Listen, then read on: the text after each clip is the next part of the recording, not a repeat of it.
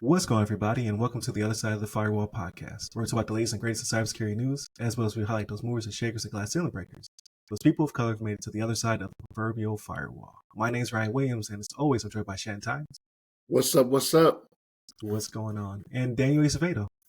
How's it going, guys? What's going on? So, welcome to Tuesday's episode. So, Monday, Tuesday are topics. Wednesday, discussion. Thursday's Ask a CISSP. So, I think this episode is finally ready. So, it took me a long time to fix it up. But Riverside, like, it's free plug. Riverside has some new tools. You can isolate tracks. And basically, what happened was it was a duplication where she was coming through her audio and my audio because my mic was too close and I wasn't wearing headphones because I was being lazy. And that caused a time slippage. So you will not see me most of the video, but you will hear us. So that's the most important part. And then Friday's everything else. So movies, books, games, all that good stuff. But without further ado, I'll give it to Shannon.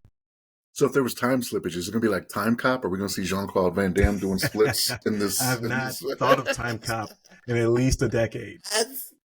Low-key, great movie. Low-key. Did you like it? It's like an 80s classic. It's not a good movie, but I enjoy it. Yeah. It's Jean-Claude Van Damme, man. It is kind of like that, you know. I was like, Look, I'm getting us off track all week this week. It's crazy. All right, everybody. This article comes from justice.gov, actually has this one out there, right? The title of it is United States files suit against the Georgia Institute of Technology and Georgia Tech Research Corporation alleging cybersecurity violations, right?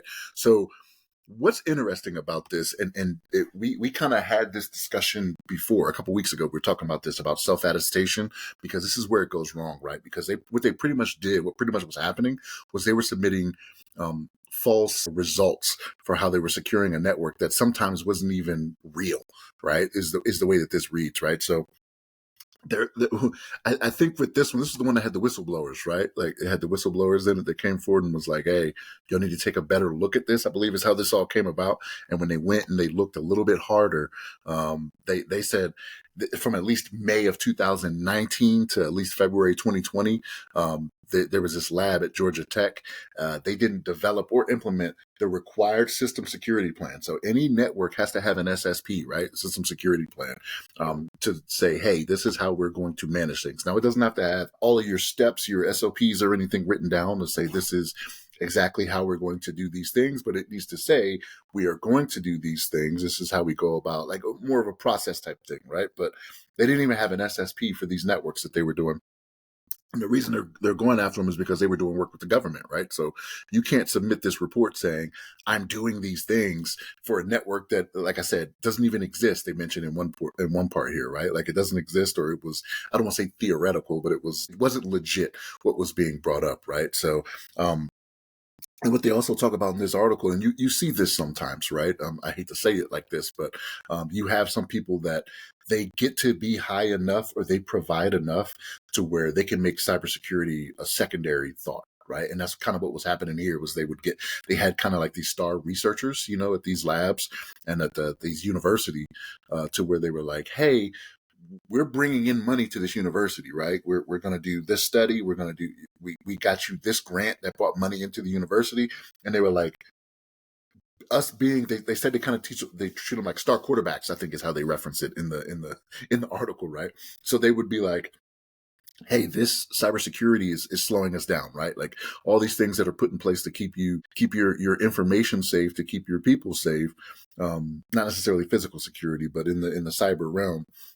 They were trying to forego all those things. They were like, we don't want to do that. It slows us up. And I understand it, right? Like in my job, I get it a lot where people will come to us and be like, hey, because of this, I can't do this, that, and the third. But like, yes, that is intentional. You know what I mean? Like I hate to come off as that guy. I like to think I'm nicer than how I sound sometimes, but sometimes it just happens like that. Like it is intentionally hard. It is intentionally takes a lot of time for you to do these things. It is for safety of information. You know what I mean? But like I said, we had hit on this a couple weeks ago. I think it was you, Daniel, that brought it up. Talk about self-attestation and how people could just be out there doing whatever they want to do. And this is the perfect example of it. And it's been happening starting 5 years ago now. Like I said, it was May 2019. So they're being investigated, and like I said, it's the U.S. government that's on them, right? So like there was a lawsuit filed against them, and it's being handled by the Justice Department Civil Division and the United States Attorney's Office for the Northern District of Georgia. So you got the real deal on you right now, right? So like Get I 'em. realized.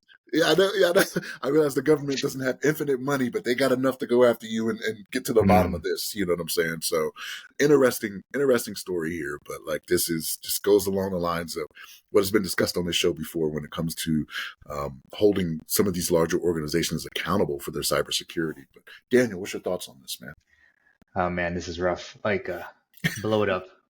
I'm not one for people losing their jobs, but lop some heads. This is from the person that runs the university, whoever runs the labs. Heads need to roll because this is just kind of a blatant, Mm-hmm. ignorance at this point, right? Just kind of like looking over what's responsible just because you don't understand it and you don't want people to Mm-hmm. be upset for a little bit of inconvenience. I think, But especially, you can't even but you can't even call it ignorance though, because they knew. It's not like they didn't know. that's true. They knew what was there and they just were not doing it or they were making it up. That's Yeah. willful negligence. You know what I mean? It's which is even worse. Yeah. It's a hard story to read, especially for our panel because we've kind of lived in this world. We've all worked compliance. We've all worked either ISM or ISO jobs or specifically this, right? And then especially like for a contract from a university to the government, right? So we don't know if they had networks that tied into the government. We don't know if they were developing things that were then going to be implemented in devices for the government. Either way you look at it, Yep. it's horrible Yep. because the information that is there, if it gets leaked or isn't properly protected one way or the other, could have consequences in the forms of like either China stealing it and duplicating it, us losing intellectual property, being a foothold into a government network. The list goes on and on, right? Especially low hanging fruit, like not wanting to do like antivirus stuff or Mm-hmm. having a system security plan just to show, hey, this is the bare minimum stuff. We're gonna have people do training. We're gonna make sure our endpoints are secure. We're gonna have these type of tools and systems in place to make sure that vulnerabilities out in the open aren't on the systems, on Mm-hmm. and on and on, right? Like it doesn't take that much to do, especially since what they're probably doing is much more intricate and difficult than having a steady security policy in place. And probably the whistleblowers are the people that brought this to their attention, and they told them to shut up Yep. in color, and they're like, okay, all right, we Yeah. will. Yeah. And now they're probably wishing they had listened to those guys and actually put either the resources or the personnel to help those people that were trying to stand this thing up.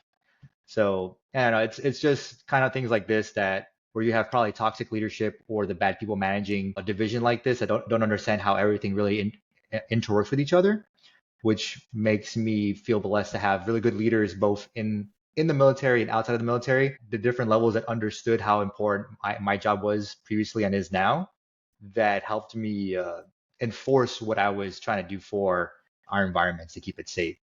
But those are my 2 cents. What do you think, Ryan? No, absolutely. So real quick ad read. So this could be you. All right. Tune in to The Other Side of the Firewall, where host Ryan and his co-host break down the latest in cybersecurity with a focus on diversity, equity, and inclusion. Whether you're new to the field or a seasoned pro, get the insights and stories you need to thrive in the world of GRC. See, that could be you. See, short and simple. That could be the pre or the end roll of your ad. I can do that for you. All right.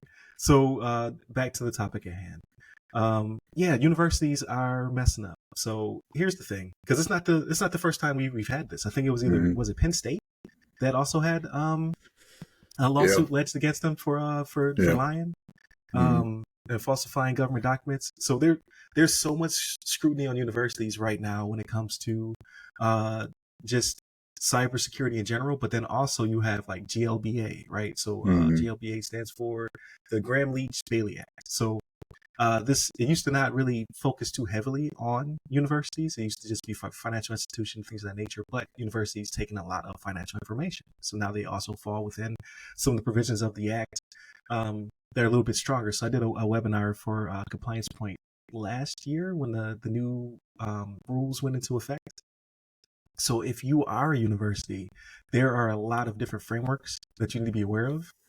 You should probably find someone who can then handle a lot of your new restrictions, regulations, things of that nature, controls that you should be following if you're not a seasoned cybersecurity professional.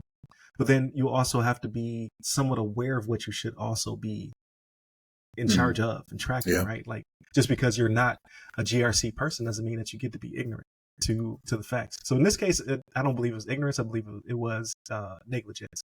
Like Shannon said, like, these people are treated like star athletes, which they should be, because I'm tired of only star athletes getting star athlete treatment, right? Like, what about, like, in this case, if you're a Georgia Tech, a Pitt, RIT, like any of the ITs at the end of your university, you should be treating the people who bring money into your university like stars. But then you also have to regulate them.